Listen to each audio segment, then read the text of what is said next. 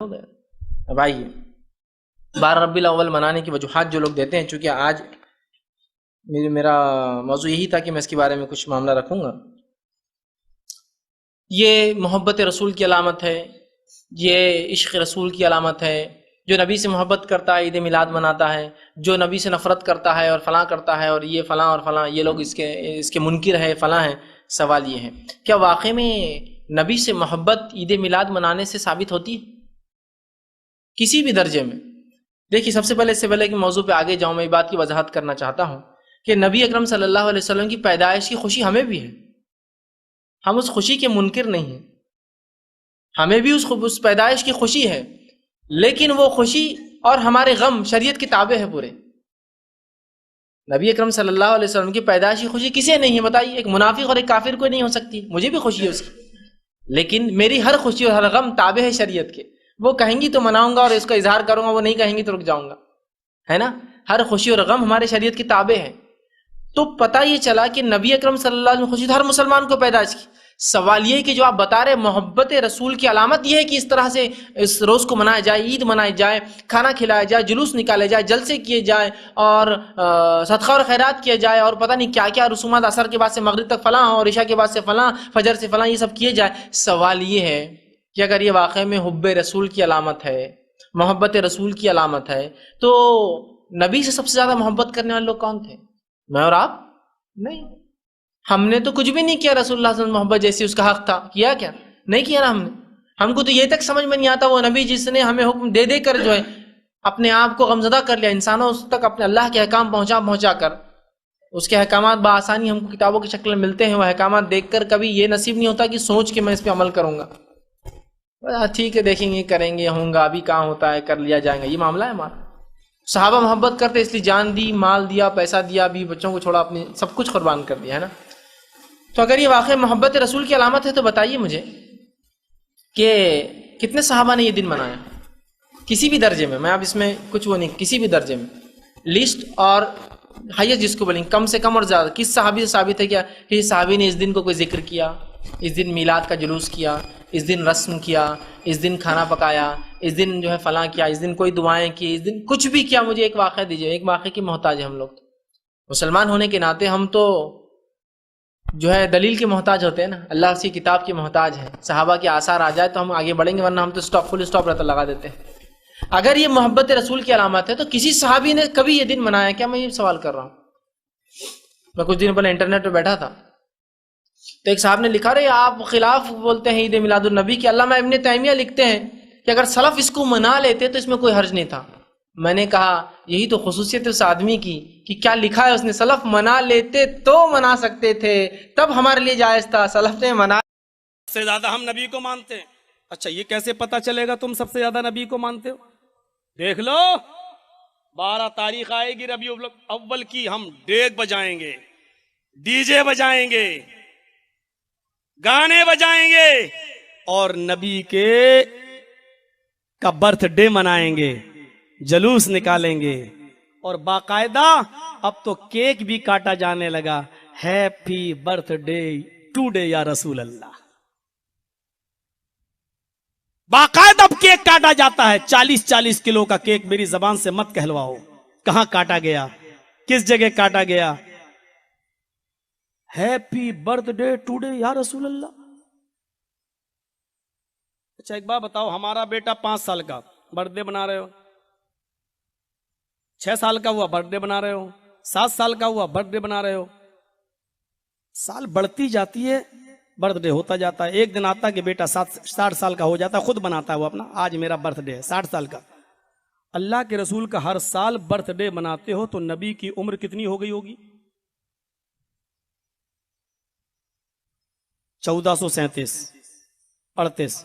क्या कोई कह सकता है कि नबी अकरम की उम्र इस वक्त 1500 साल है? नबी की उम्र आप 63 ही मानते हैं, हर साल बर्थडे भी मनाते हैं। ये कैसा बर्थडे है? हर साल बर्थडे बन रहा है, हर साल केक कट रहा है, हर साल मीलाद हो रहा है और नबी की उम्र वही 63 की 63 ही है, 64 होती नहीं, 65 होती नहीं। मुझे जरा बताओ तो सही, कौन सा? अब जानते हो इसका जवाब कल क्या दिया जाएगा?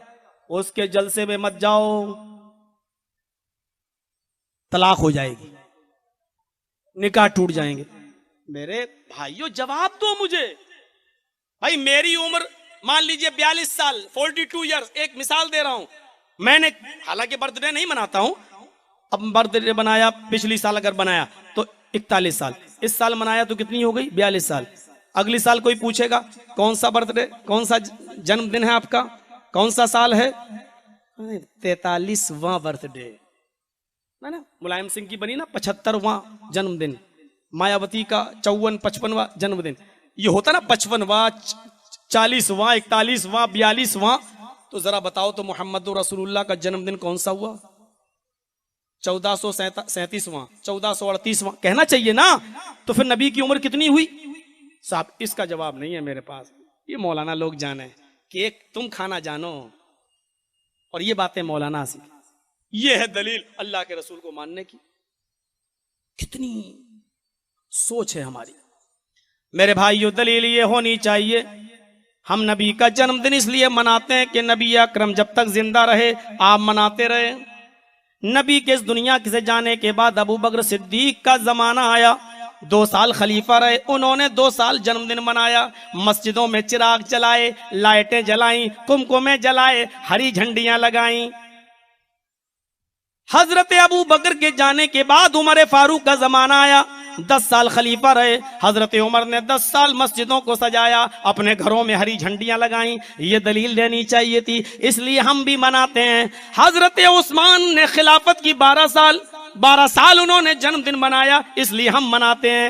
ये दलील देनी चाहिए। लेकिन नबी ने कभी नहीं मनाया, अबू बकर ने कभी नहीं मनाया, उमर ने कभी नहीं मनाया, उस्मान ने कभी नहीं मनाया। हजरत अली ने 5 साल खिलाफत की, 5 मरतबा 12 रबीउल अव्वल, 5 नहीं तो 4 मरतबा तो कन्फर्म है किया आया, लेकिन उन्होंने कभी नहीं मनाया। जबकि दामाद है नबी के, हजरत हसन और हुसैन नवासे हैं नबी के, लेकिन इसके बावजूद अली ने कभी नहीं मनाया। उस्मान गनी दामाद हैं, 1 नहीं 2 बेटियां नबी ने उनको दी हैं, इसके बावजूद उन्होंने कभी नहीं मनाया। उमर ससुर हैं मुहम्मद रसूलुल्लाह के, 10 साल खिलाफत की, लेकिन कभी नहीं मनाया। अबू बकर ससुर है नबी के, लेकिन 2 साल खिलाफत की, कभी नहीं मनाया। अबू बकर ससुर होकर नहीं मना रहे हैं, उमर ससुर होकर नहीं मना रहे हैं, हजरत उस्मान दामाद होकर नहीं मना रहे हैं, हजरत अली दामाद होकर नहीं मना रहे हैं। वाह रे मुसलमानों, दलील तुम्हें यहां से देनी चाहिए। दलील तुमने कहां से दे दी? जो नबी का जन्मदिन नहीं मनाता वो शैतान है, इसलिए कि इब्लीस नहीं मनाता। जो नबी का जन्मदिन नहीं मनाता वो इब्लीस है।